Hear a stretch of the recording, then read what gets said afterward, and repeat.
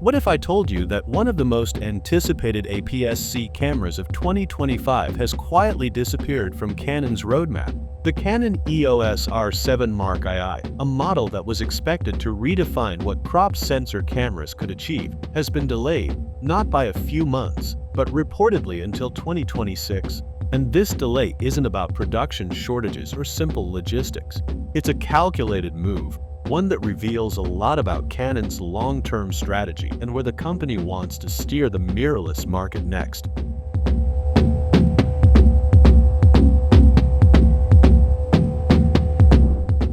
The Canon R7 II was supposed to follow up one of Canon's most successful APS-C cameras in years. The original R7 was a huge hit among wildlife photographers, sports shooters, and hybrid creators. It delivered near-flagship performance in a compact, affordable body. With a 32.5-megapixel APS-C sensor, dual-pixel CMOS autofocus, and advanced subject tracking for humans, animals, and vehicles, the R7 packed professional performance into a body that cost under $1,500. It could fire off bursts at up to 30 frames per second with the electronic shutter or 15 frames per second mechanically. Video shooters loved its oversampled 4K at 60 FPS and 1080p at 120 FPS slow motion, all stabilized by 5-axis and body image stabilization rated up to 7 stops.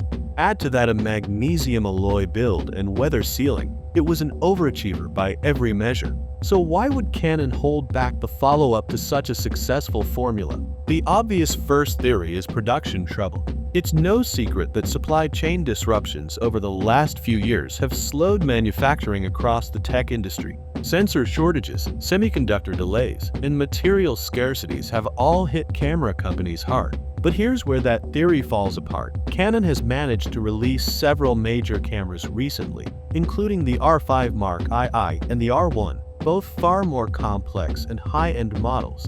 Those launches didn't face the same delay, so clearly something else is going on. The truth is, this isn't about what Canon can't do, it's about what Canon won't do right now. The company seems to be holding back the R7 II on purpose, and the reason might come down to positioning. Canon's APS-C lineup has always been a crucial entry point into its ecosystem, affordable, capable, and perfect for those who want reach without the cost of full frame. But the market has shifted. Full-frame cameras have gotten cheaper, and APS-C no longer has the same price advantage it once had. Look at Canon's own lineup. The R8, a full-frame body, now sells for under $1,500. The R6 II, with its advanced full-frame sensor and strong video specs, has seen significant price cuts since launch. This narrowing price gap means that many buyers who would have traditionally gone for APS-C are now looking at full-frame models instead. From Canon's perspective, that's great news. Full-frame cameras bring higher profit margins, encourage investment in more expensive lens, and lock users deeper into the RF ecosystem. So, delaying the R7 II doesn't hurt Canon. It actually helps steer customers toward pricier full-frame options like the R6 II or R8. This is where things start to make sense. Canon isn't delaying the R7 II because of technical hurdles. They're doing it because strategically, it's better for business. By holding off, Canon avoids creating internal competition within its own lineup. Imagine if the R7 II launched tomorrow with upgraded autofocus, faster burst rates, and better video specs, all for half the price of the R6 II. It would instantly cannibalize Canon's full-frame sales. That's not something a company wants, especially when full-frame models are more profitable. But Canon isn't the only one playing this game. Look across the market.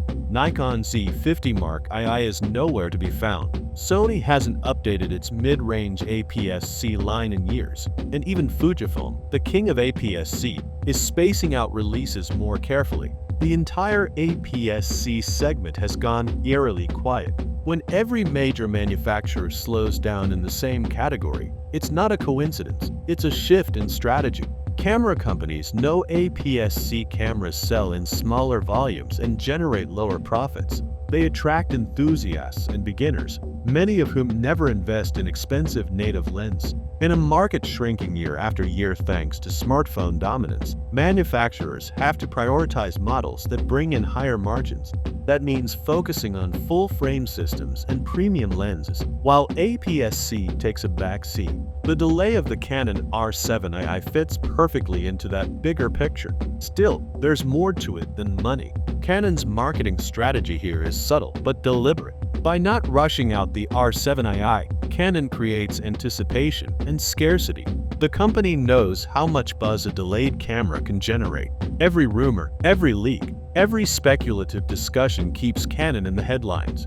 And while creators wait, many will look around Canon's current lineup and decide to upgrade sooner, but to full frame.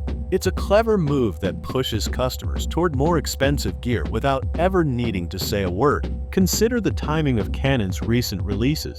The R5 Mark II and R1 took center stage throughout 2024 and early 2025. These high-end launches were always the company's priority, not just because they target professionals, but because they set the tone for Canon's brand image. They are halo products designed to showcase Canon's innovation and technical leadership. If Canon had released the R7 II alongside those models, it would have diluted the hype. Instead, spacing them out ensures each camera gets its own spotlight, and it keeps interest in Canon's lineup alive longer. There's also the matter of technology itself. The R7 II delay might actually be part of a bigger plan to future-proof the camera. Sensor technology is evolving rapidly, and Canon could be waiting for its next generation APS-C sensors to mature before launching. The original R7's 32.5 MP chip was impressive in 2022, but by 2026, we could see dramatically improved designs with better low-light performance, faster readout speeds, and higher dynamic range. If Canon waits for that leap, the R7 II could arrive as a truly next-gen APS-C body instead of a minor refresh. This approach mirrors Canon's recent behavior with other models. Rather than rushing iterative updates, Canon now seems to be extending product cycles, focusing on bigger, more meaningful leaps between generations. This strategy reduces development costs, maximizes the lifespan of each model, and ensures that when a new product finally arrives, it feels like a major event, not just another incremental upgrade. So, what does this mean for you, the creator, the photographer, or filmmaker waiting for the Canon R7 II? In short, Canon is playing the long game. The delay is a strategic decision that reflects the changing priorities of the camera industry. Manufacturers are no longer trying to flood the market with frequent updates. They're building carefully around profitability, market segmentation, and ecosystem control. For creators hoping to upgrade in 2025, the message is clear. If you need a new camera now, don't wait. The original Canon R7 remains an outstanding performer, offering speed, stabilization, and image quality that still rival newer models from other brands. And if you're ready to step up, Canon's affordable full-frame options like the R8 or R6 II are more accessible than ever. For now, the delay tells us one thing above all. Canon is firmly in control of its roadmap. The company isn't reacting to competition, it's dictating the pace. Whether that's good or bad for consumers depends on your perspective. But one thing's certain, when the Canon R7 II eventually takes flight, it will do so in a market that Canon has carefully prepared, one where anticipation has reached its peak and expectations are sky high. And that might be exactly what Canon wants.